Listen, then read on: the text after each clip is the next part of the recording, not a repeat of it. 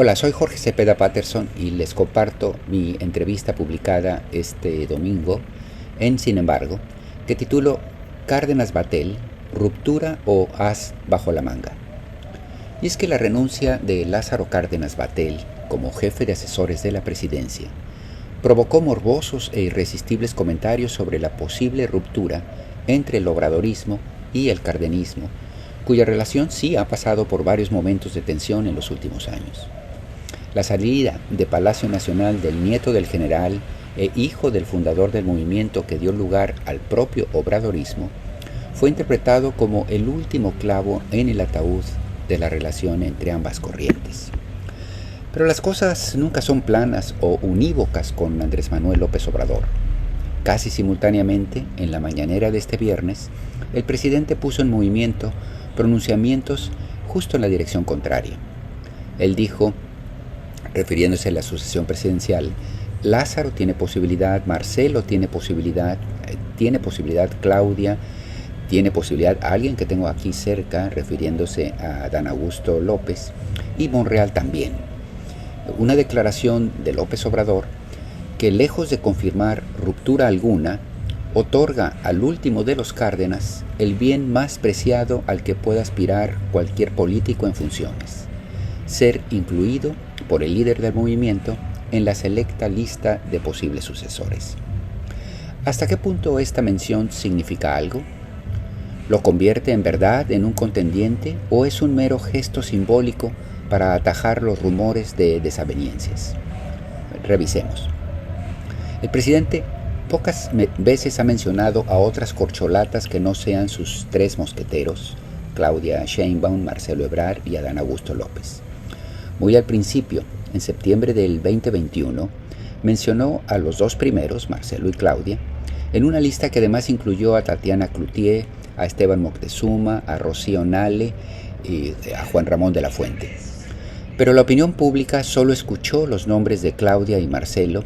El resto fue considerado como acompañantes de bulto.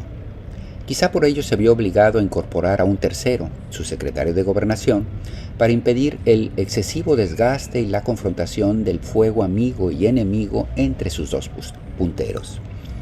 Desde entonces, ocasionalmente ha añadido a Ricardo Monreal y alguna vez a Rosa Isela Rodríguez. Desde luego que la inclusión en esta lista no asegura que el presidente asuma que los mencionados tengan alguna oportunidad.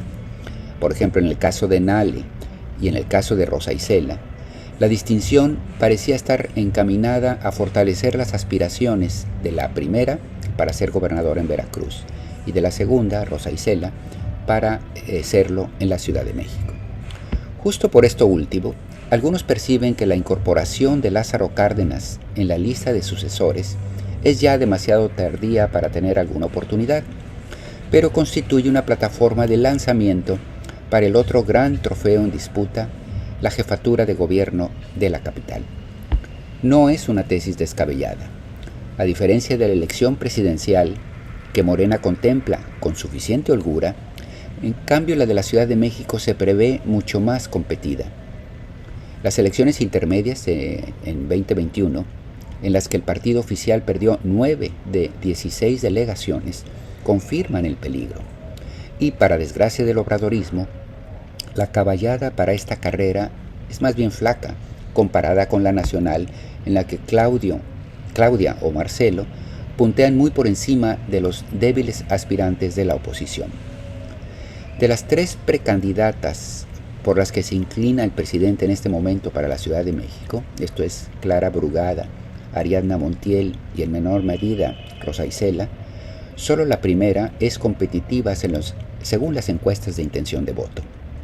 El mejor colocado en estos sondeos es el secretario de Seguridad de la ciudad, Omar García Harfuch, quien no es precisamente santo de la devoción del líder. Lázaro Cárdenas podría resolver este riesgo en el que se encuentra Morena en la capital.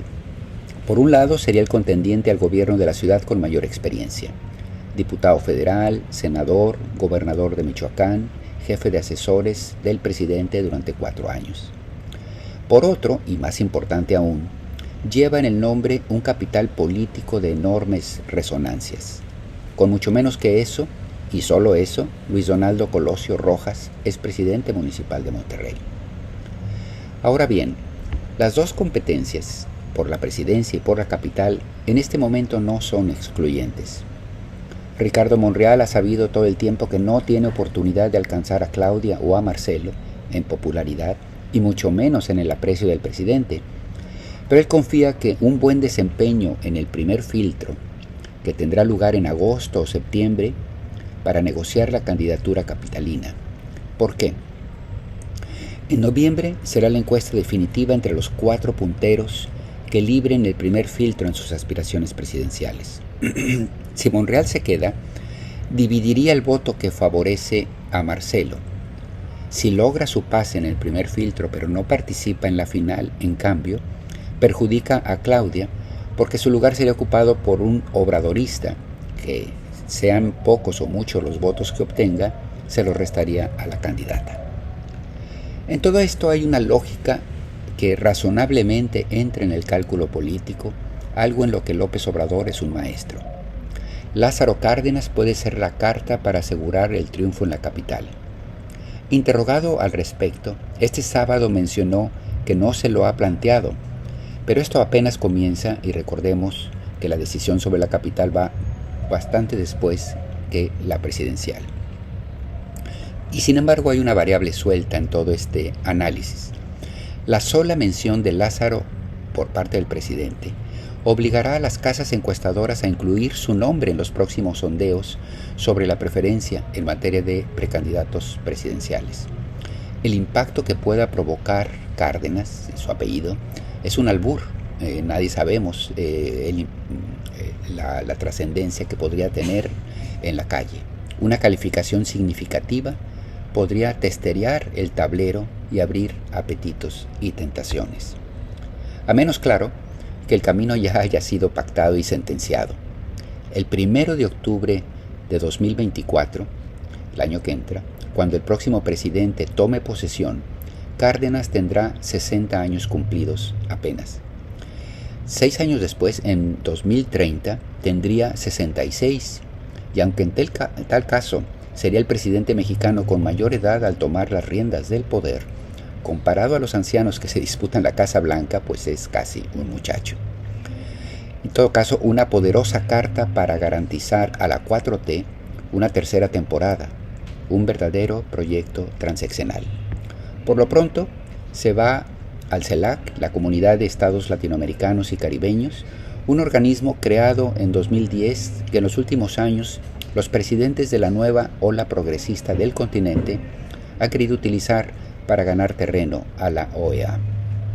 Lo cierto es que, contra lo que algunos ven como un exilio disfrazado o una expulsión de palacio, los astros del heredero del cardenismo parecen alinearse en prometedoras alternativas. Contendiente presidencial, quizá próximo canciller o próximo gobernador de la capital, y esto en automático lo convierte en precandidato para el 2030. Nada mal para quien hasta hace unas semanas ocupaba un puesto oscuro, deliberadamente ocultado por el presidente de todo reflector, de todo protagonismo. ¿Es el as bajo la manga? Veremos. Muchas gracias.